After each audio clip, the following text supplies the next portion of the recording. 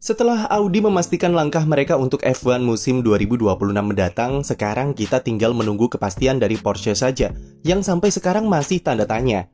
Namun rencana Porsche untuk gabung ke F1 sepertinya semakin sulit dan terancam batal setelah negosiasi dengan Red Bull yang berjalan alot dan belum menemukan titik kesepakatan.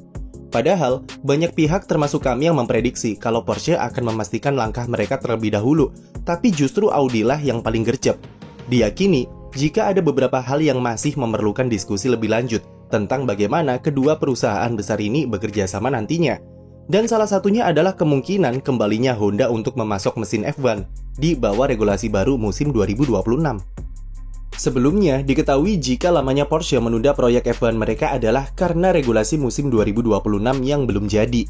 Tapi selama penundaan tersebut, Porsche sebenarnya sudah melakukan beberapa diskusi dan proses formal soal negosiasi mereka bersama Red Bull, seperti rencana pembelian saham tim F1 Red Bull sebesar 50% yang akan memberikan mereka sedikit kendali ke sebagian dari teknologi Red Bull. Bahkan, dokumen pembelian saham ini sudah bocor dan mengatakan kalau Porsche akan menjalin kerjasama 10 tahun dengan Red Bull. Rumor mereka semakin kencang setelah Porsche mendaftarkan kata finally dengan huruf F1 di depannya ke pengadilan merek dan hak cipta di Jerman. Namun meski terlihat bergerak cepat, nampaknya negosiasi antara kedua belah pihak ini semakin rumit dan akhirnya tertahan sampai sekarang. Bahkan setelah regulasi 2026 tersebut selesai dan sudah diumumkan oleh FIA.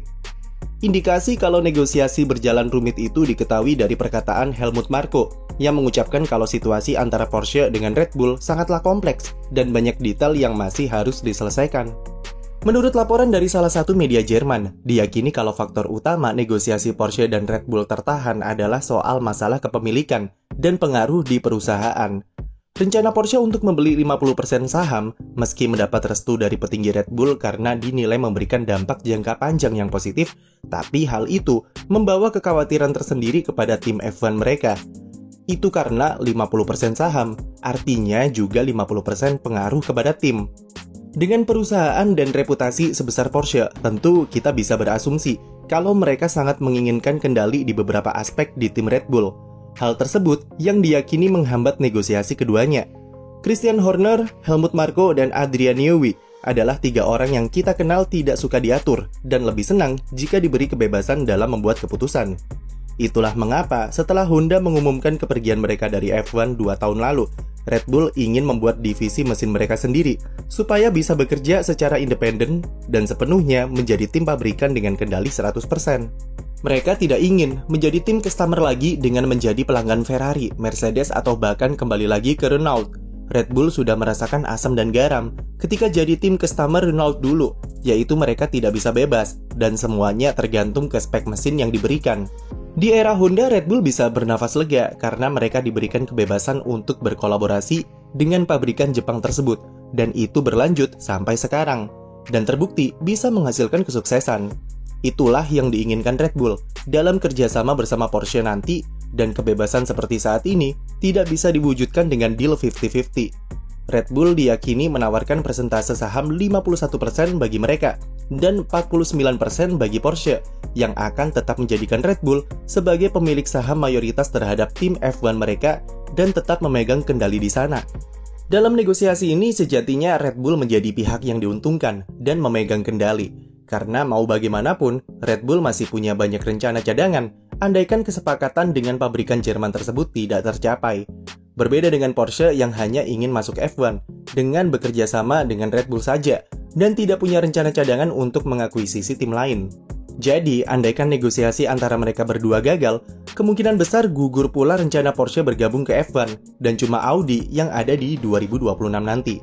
Porsche sebagai brand besar dan sangat ambisius dengan proyek F1 mereka pastinya ingin memastikan kalau mereka ada di tempat yang tepat. Red Bull dengan pengalaman dan fasilitas yang dipunya tentu menjadi tempat yang sangat ideal bagi Porsche jika ingin sukses di F1 dan tidak menyia-nyiakan uang yang sudah dikeluarkan. Opsi selain Red Bull sayangnya sedikit sulit untuk saat ini. Aston Martin sebenarnya memungkinkan untuk diakuisisi, tapi pastinya akan ada sedikit konflik karena ada Mercedes dan Daimler yang memiliki saham serta pengaruh di sana. McLaren sudah menegaskan jika timnya tidak dijual, dan Alfa Romeo diyakini semakin dekat untuk dimiliki oleh Audi. Kalau mau, Porsche bisa beralih ke Williams sebagai opsi terakhir jalur mereka masuk F1. Meskipun akan sangat beresiko dengan kondisi tim saat ini dan peluang gagal di masa depan cukup besar.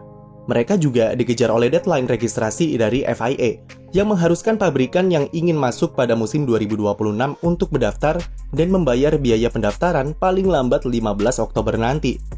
Berbeda dengan Audi yang sudah mendaftarkan diri mereka sebagai pabrikan baru dan tinggal mengumumkan tim saja akhir tahun ini. Jadi semua tekanan ada di pihak Porsche dengan semua rintangan yang dihadapi dalam negosiasi dan deadline registrasi yang semakin mepet. Pihak Porsche sendiri sampai sekarang masih belum angkat bicara mengenai proses diskusi dengan Red Bull yang sangat alot. Sementara itu, bos tim Red Bull, Christian Horner, mengatakan kalau prosesnya masih sangat panjang dan ada beberapa rintangan yang harus dilewati sebelum mencapai kesepakatan. Ia tidak mau terburu-buru dan ingin apapun keputusan nanti adalah hal terbaik bagi tim serta perusahaan.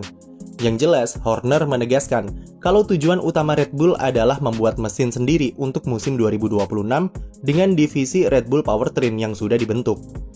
Saat ini mereka sangat fokus dengan proyek besar mesin F1-nya dengan tujuan menjadi tim yang bisa membuat mesin dan sasis mobil sendiri.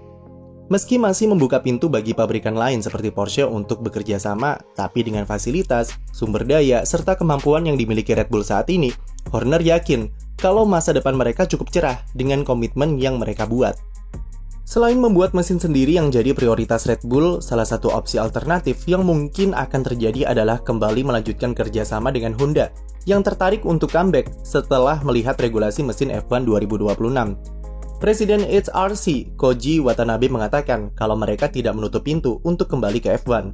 Regulasi 2026 mempunyai tujuan yang sama dengan Honda, yaitu elektrifikasi yang ramah lingkungan dan emisi karbon netral. Honda melihat ini sebagai peluang untuk mengembangkan teknologi emisi mereka dan mempertimbangkan untuk comeback ke F1. Jika ingin kembali, maka tentu Honda memprioritaskan untuk melanjutkan kerjasama mereka bersama Red Bull, mengingat kesuksesan yang diraih oleh keduanya saat ini. Namun hal tersebut sepertinya akan sulit realisasikan karena beberapa faktor seperti Red Bull yang memprioritaskan mesin dibuat oleh divisi Red Bull Powertrain dan ingin adanya sharing teknologi antara kedua belah pihak. Sedangkan Honda yang kita kenal selalu ingin semuanya dibuat di Jepang dan tidak ingin secara sembarangan membagi informasi soal mesin mereka. Selain itu, Honda setelah keluar dari F1 akan fokus ke teknologi ramah lingkungan di mobil produksi massal mereka.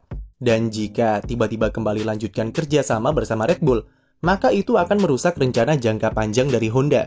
Tapi sekali lagi, yang jelas adalah Red Bull saat ini lebih memprioritaskan proyek besar pembuatan mesin F1 mereka sendiri untuk 2026 dan mereka tidak tergantung dengan kerjasama Porsche ataupun Honda di masa depan.